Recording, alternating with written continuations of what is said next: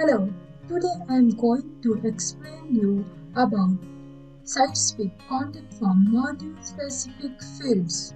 So let's start. Go to your DNN website. After deploying our content form module, it will look like this. Go to edit mode, go to module settings, select last tab module settings. So in this video, I will only explain you about our fields section. So in this section, you can add or remove contact form column. Like if you don't need any fields control, then you have to simply uncheck the checkbox like this, and I will show you if I will check only single checkbox, then how it will look. So let's start. I have selected only first name, then update it. See how it's looking. Again go to settings, go to module settings. I will select last name and I will select here two fields, first name and last name, and captcha.